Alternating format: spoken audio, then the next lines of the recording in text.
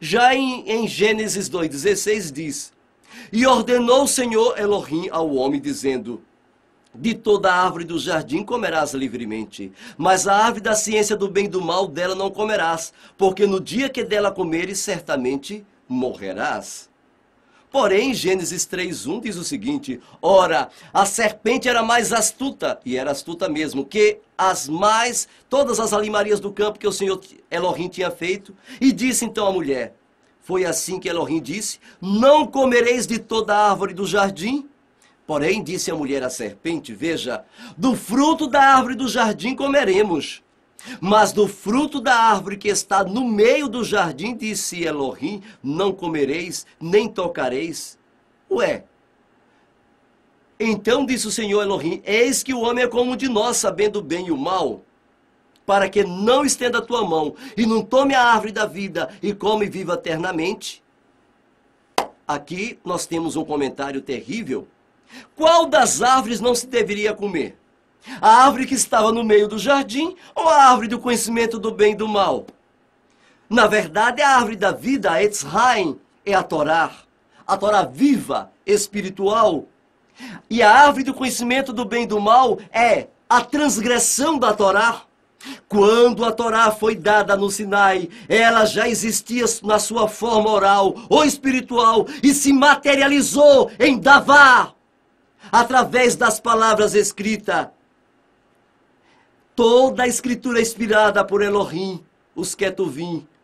Porém, prezados ouvintes, eu quero que vocês entendam que árvore é essa que estava no meio do jardim? Que a mulher disse à serpente, a árvore que está no meio do jardim não pode comer. Ora, no verso anterior diz que o Eterno proibiu comer da árvore do bem e do mal, mas a árvore do meio do jardim era a árvore da vida. Como a árvore da vida o Eterno vai proibir comer? Esta é a árvore que o diabo não quer que você coma.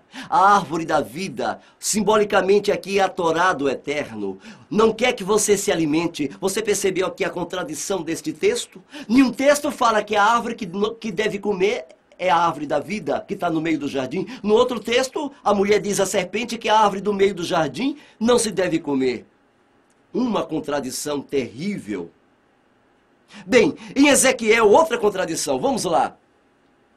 Em Ezequiel 44:7, nos diz: Porquanto chamastes estranhos, incircuncisos de coração, incircuncisos de carne, para estarem no meio do santuário, para profanarem minha casa, quando oferecereis o meu pão, e a gordura, e o sangue, e eles invalidarem o meu concerto, por causa de todas as vossas abominações. Mas Ezequiel 44:9 diz: Assim diz o Senhor, nenhum estranho incircunciso de coração, ou incircunciso de carne, entrará no meu santuário, dentre os estranhos que se acharem no meio dos filhos de Israel. É assim que diz o texto dos Ketuvim da Torá. Mas olha o que diz Gálatas 5:2. Eis que eu, Paulo, vos digo, que se vos deixar de circuncidar do Messias, nada vos aproveitará. Você está percebendo aqui, prezado telespectador, o joguete constante para afastar você da Torá? Lá diz uma coisa, aqui diz outra. Que coisa terrível. A circuncisão é uma ordenação da Torá, cujo não cumprimento é a transgressão da mesma, é pecado. E é isso que constitui a transgressão da lei, significa transgressão da Torá. O próprio Yeshua foi circuncidado no 8º dia. E a situação aqui que o apóstolo Shaul e não Paulo está se referindo, não é circuncisão, prezados ouvintes, não é circuncisão, mas sim os preceitos legalísticos. Já está corrigido na Peshita, prezado telespectador. Passando para outro texto. Outra adulteração, prezados ouvintes. 2 Samuel 24:1 diz: E a ira do Senhor se tornou a acender contra Israel, e citou Davi contra eles, dizendo: Vai e numera Israel e a Judá. Exatamente isso, prezados ouvintes. E em 1 Crônica 21 diz: então Satanás se levantou contra Israel, incitou Davi a numerar a Israel. Ora, quero perguntar aqui, meu prezado ouvinte, quem foi que incitou Davi? Elohim ou Satanás? E outra, Elohim não incita ninguém. Vocês estão vendo aqui a adulteração? Vamos agora para Hebreus 9:2. Diz o seguinte: porque o tabernáculo me foi preparado, o primeiro em que estava o candeeiro, a mesa e os pães da preposição, ao chamar o santuário. Mas depois do segundo véu estava o tabernáculo, que se chama o lugar santíssimo, que tinha um incensário de ouro, a arca do concerto, coberta com todas as bandas ao redor de ouro, e que estava um vaso de ouro. Bem, vamos logo ao assunto. Esse texto diz que o incensário de ouro ficava dentro do lugar santíssimo, só que na verdade ficava fora, gente. Fora ficava o menorá, o candeeiro, com 7 lâmpadas. Junto do candeeiro, ao lado direito, ficava o altar de incenso e a mesa com os 12 pães que só os sacerdotes tinham acesso de comer. Vocês estão percebendo aqui as contradições que é constante? Nós queremos ir adiante com vocês, prezado telespectador, e vamos ver outras contradições. Por exemplo, dificuldades nós temos aqui em outra passagem. Outra adulteração da Bíblia está em Isaías 23:12, Yeshayahu 23:12, 37:22, 47:1 e 62:5. O problema é que eles traduziram o texto como: e eis que uma virgem dará luz a um filho. Bem, aqui é um outro problema, e os judeus pegam no pé dos cristãos, hein? A palavra ali, prezados ouvintes, não é virgem coisa alguma. A tradução, a palavra virgem em hebraico é exatamente betulá. Mas a palavra moça jovem em hebraico é almar. E lá estava no original, almar. Exatamente este erro foi repetido lá em Matitiahu, quando fala: e eis que uma virgem conceberá e dará luz a um filho. Mentira! Ali não é virgem. Exatamente os padres colocaram este termo tendenciosamente para fazer o sincretismo que eles casaram no Concílio de Niceia, ano 325 por Constantino, quando eles acoplaram as tendências de Samíramis, que era uma virgem mãe com seu filho Jesus no colo, e eles acoplaram isso ao texto sagrado, fazendo então uma interpolação, fazendo um sincretismo pagão dentro deste texto. E nós temos outros textos. Um exemplo disto é a questão da crucificação. Nós temos aqui no Salmos 22:16, onde diz: sou rodeado pelos cães, envolvido por um bando de malfeitores, traspassaram as minhas mãos e os meus pés.